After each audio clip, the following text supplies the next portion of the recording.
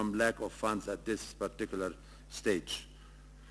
I hope I haven't missed anything. On the information sharing, I think the last decision by the United Nations to have a Deputy Executive Secretary for the ECA to deal with the knowledge sharing issues and to be a source of information and knowledge about topics. My sister is sitting over here. We miss her in New York, but Carlos has managed, as usual, to attract the good people from New York to be here, and I'm sure that she is going to do a great job in doing this in the next phase. I'll stop here. And then, thank you very much. Minister, I'm now turning to you to make your closing remarks. And if you don't mind also addressing the issue that was raised by Egypt that I forgot to mention in my listing, which was relating to already best practices and how we can disseminate them. Innovation and technology. Innovation in technology in particular. Well, thank you very much, Mr. Chair. I want to first of all address a comment that was made by South Africa on the need for us, as we do our industrial and strategic plans, to get information by international comparisons on products. I agree with you, this is very important. We need to find out what is our comparative advantage. We need to continue to find means and ways to add value to our renewable resources so that we can specialize and find our most competitive advantage. Also, I just want to comment quickly on a point that Mali has raised, that there is a need for us to have timelines. I hope by the end of this conference that we'll have timelines within which we expect that the harmonized frameworks will have been developed and completed.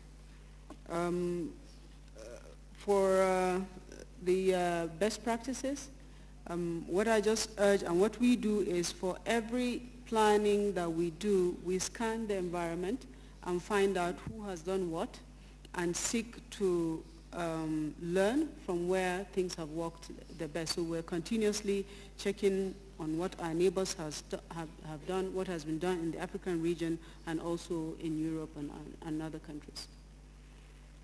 Thank you, Minister. Let me remind you that this afternoon we are going to continue somehow with the same theme, because we are going to talk about harmonization, synergies, sensitization, the need for a coherent approach, which will address some of the concerns raised by Senegal. You will see that the issue of indicators will come back. But let me now conclude with 4 issues for further reflection based on all the interventions that we heard, including the introductory interventions. The first issue, the need for coherent and integrated implementation of sustainable development initiatives in Africa. A shared understanding, in fact, of the continental and the global frameworks is vital for effective implementation.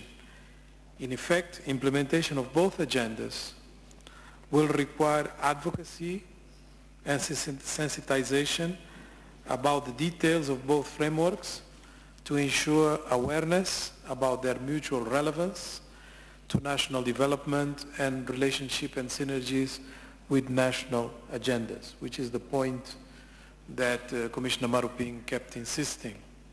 In this context, Agenda 2030 should be understood as a global response to economic, social, and environmental issues, the cappuccino. While Agenda 2063 should be understood as an African response to the continent's development challenges and aspirations. So that's how they complement each other. Issue number 2, rationale for an integrated monitoring and evaluation architecture. Coherent monitoring and evaluation of both frameworks requires an integrated set of goals, targets, indicators, and a harmonized review and reporting platform. This is what Senegal was mentioning. Agenda 2063 has 7 aspirations, 20 goals, and 34 priority areas. And each one of these areas has corresponding targets and indicators. While the SDGs comprise 17 goals, 169 targets, and 200 indicators. So you can see already there is a need for some collapsing so Africans don't get overwhelmed, and that collapsing is basically about streamlining the process. An assessment of potential areas of strategic alignment will provide higher convergence than the more mechanical exercise of just mapping indicators. Nevertheless, developing a common set of continental goals, targets, and indicators is essential to ensure coherence, tracking, reporting, and follow-up. That's exactly what has been done with Africa 2063 goals. Therefore, we should use them as the entry point for the national processes as well. Currently, a unified continental monitoring and evaluation architecture for Agenda 2063 is being developed by the African Union Commission in collaboration with UCA, AFDB, NEPAD Planning and Coordination Agency, the Commissioner said the 3 Musketeers, and also the RECs to build on the existing monitoring and evaluation structures and build them up to respond to the first 10-year plan of Agenda 2063. That will also be useful for the SDGs. Currently, Agenda 2063 and Agenda 2030 each have separate follow-up reporting platforms.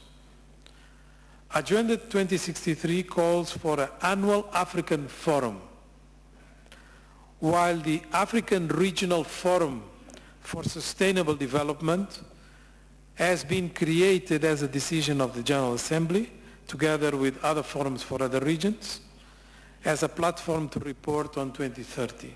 So, to avoid overburdening policymakers, it will be essential to develop a common platform for reviewing the findings of reports on the progress of both agendas. That will obviate a siloed assessment and will be offering the opportunity for convergence and coherence. Issue number 3, the need for an integrated framework for financing Agenda 2063 and the SDGs, Sustainable Development Goals. Well, right now, and based on the Addis Ababa Action Agenda, there is a number of commitments that Africa is already working on. Africa has developed an infrastructure platform aimed at coordinating investments in infrastructure, as the Addis Ababa Action Agenda calls for. In Africa, it is called PIDA, the Program for Infrastructure Development in Africa.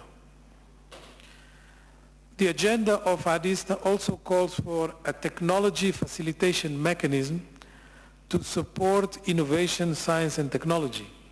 Africans have already put in place the CAPST, so it already exists. The action agenda of Addis also calls for strengthening international cooperation on tax matters to stem the tide of illicit financial flows. In a particular area, the Africans have already called for this to be addressed through the illicit financial flows report that has been endorsed by the African heads of state, and also through the African mining vision that deals with that particular issue in relation to extractive industries. And finally, the Addis Ababa agenda calls for strengthening capacities for domestic resource mobilization. Africans have already created a number of processes that aim at responding to this, like the African Investment Bank process, the African Monetary Fund process, the Pan-African Stock Exchange process, and the study that has been endorsed by NEPAD on domestic resource mobilization. So what this basically means is that yet again, Commissioner, Africans are ahead. They have already started all these processes that the action agenda of Addis has called for.